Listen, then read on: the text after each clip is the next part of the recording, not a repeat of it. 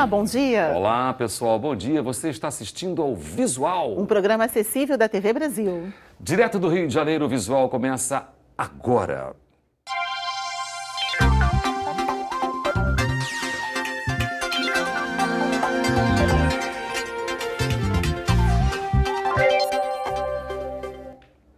E a Comissão de Direitos Humanos do Senado discutiu a perseguição a praticantes de religiões de origem africana, como o candomblé.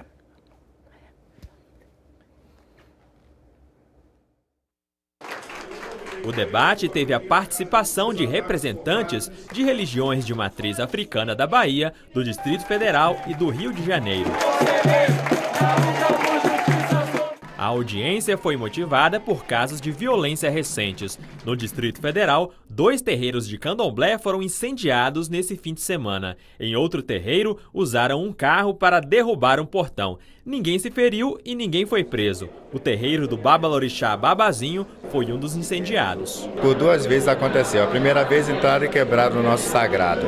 A segunda vez atearam fogo. Sabe Deus e os orixás o que eles, entendeu? Qual será a intenção deles. De janeiro de 2014 a agosto deste ano, a Secretaria de Políticas de Promoção da Igualdade Racial, órgão ligado à Presidência da República, recebeu 218 denúncias de violência contra praticantes de religiões de matriz africana. Mas esse número pode ser bem maior, já que nem sempre a ocorrência é registrada como intolerância religiosa. Nós sabemos que esse número é infinitamente maior do que o que os órgãos de governo já conseguem apurar, ainda com essa deficiência que eu apontei no começo, que é a desvirtuação da natureza do crime. Outro caso de intolerância foi registrado em junho, no Rio de Janeiro, quando uma menina de 11 anos, praticante do candomblé, levou uma pedrada na cabeça. Este sacerdote defendeu a criação de uma CPI da intolerância religiosa.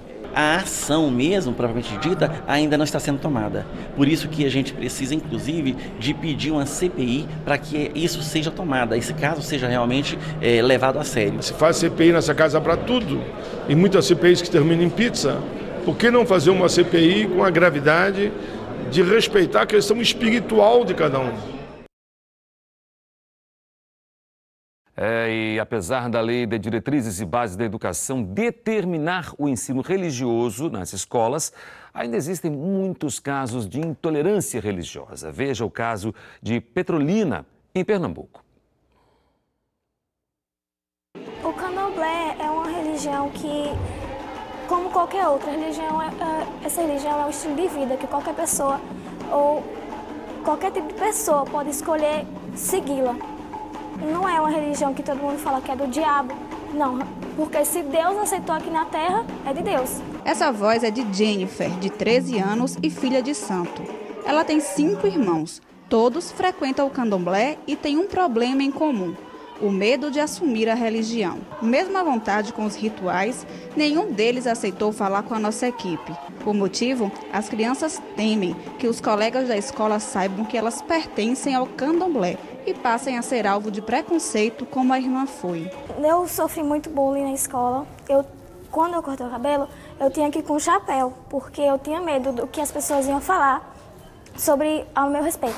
Aí, uma vez, eu perdi o chapéu e aí eu tive que ir para a escola sem o chapéu. E quando eu cheguei lá, as pessoas começaram a falar: eita, aquela menina cortou o cabelo, vamos perguntar por quê. Aí a menina veio me perguntar por que eu cortei o cabelo. Eu falei que era do candomblé. Desde esse dia, eu comecei a sofrer bullying. A mãe de Jennifer também é do candomblé desde criança. Ela entende o que os filhos vivenciam na escola e sabe o que as crianças têm que fazer. Fala assim para eles que, na verdade, a gente não tem que esconder que nós somos, que na verdade nós somos sim da religião e a gente tem que vestir realmente a camisa do candomblé. E falo para eles que é para ele respeitar todo mundo, assim, porque cada um tem que respeitar a opinião de cada um, entendeu?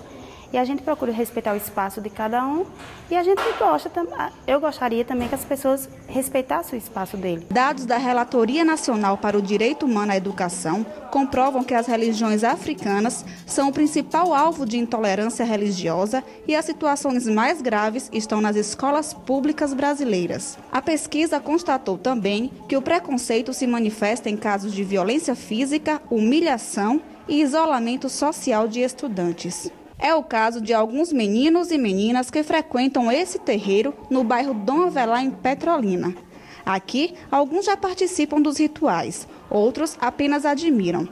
Segundo o pai Dedé, para ser iniciado na religião, a criança precisa apenas estar preparada espiritualmente. As crianças já nascem aqui dentro, porque as mães são minhas filhas e automaticamente elas já acham uma coisa natural. As religiões de matriz africana cultuam a natureza, que são os orixás. No Brasil, o candomblé surgiu com a vinda dos negros que aqui foram escravizados. Em Juazeiro e Petrolina, coração do semiárido brasileiro, são mais de 400 terreiros. Fazendo um trabalho de mapeamento dos terreiros, eu via crianças passando, crianças rindo, brincando, e foi aí que me veio a questão.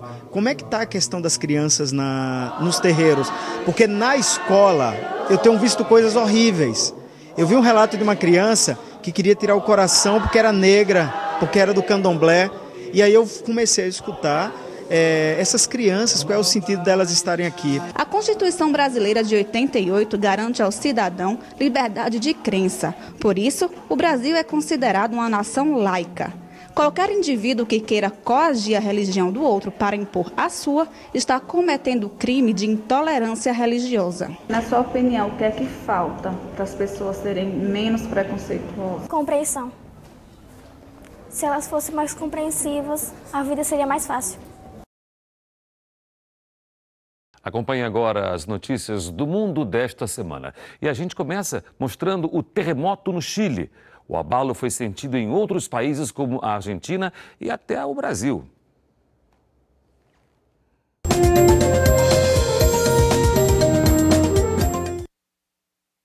O tremor teve uma magnitude de 8,3 graus e o epicentro foi localizado no mar a 46 quilômetros da cidade de Canela Baja e a 15 quilômetros de profundidade.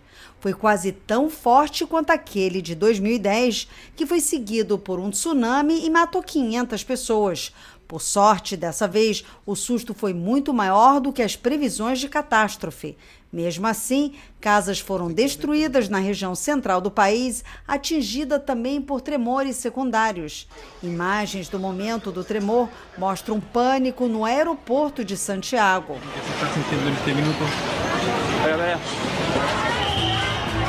A presidente Michelle Bachelet anunciou que vai visitar as áreas mais atingidas. O mar invadiu parte de cidades costeiras e chegou a arrastar carros. Um dos principais destaques do noticiário internacional esta semana é a crise de refugiados na Europa. No meio da rodovia que liga a Sérvia à Hungria, uma cerca montada às pressas interrompe a jornada de milhares de imigrantes. O lado sérvio da fronteira virou um acampamento. O governo da Hungria endureceu o tratamento aos refugiados, que viu no país um caminho para as nações mais ricas, como a Alemanha e a Suécia. Mas os imigrantes não desistem. A alternativa agora é seguir beirando a fronteira até a Croácia. E não devem encontrar resistência. O governo da Croácia sabe que eles podem usar o país apenas como rota. E, diferentemente da Hungria, já disse, eles podem passar. Nós vamos ajudá-los. 500 mil de refugiados chegaram à Europa este ano, o dobro de todo o ano passado. A maior parte deles foge da guerra civil síria, que dura mais de 4 anos. Metade da população teve que sair de casa. O número de mortos chega a 220 mil. O conflito cria uma geração de filhos da guerra. Um vídeo divulgado pelo Unicef, o Fundo das Nações Unidas para a Infância, mostra que é dramática a situação nutricional das crianças sírias. Dramática e que piora a cada dia. O fundo faz ações emergenciais, treina profissionais em saúde e abre centros de tratamento, inclusive em áreas onde a guerra é mais intensa, como a cidade de Alepo. O tratamento com Botox não é usado apenas na estética. O método pode ajudar na recuperação dos movimentos de pacientes que têm paralisia cerebral ou outras sequelas que mobilizam os músculos.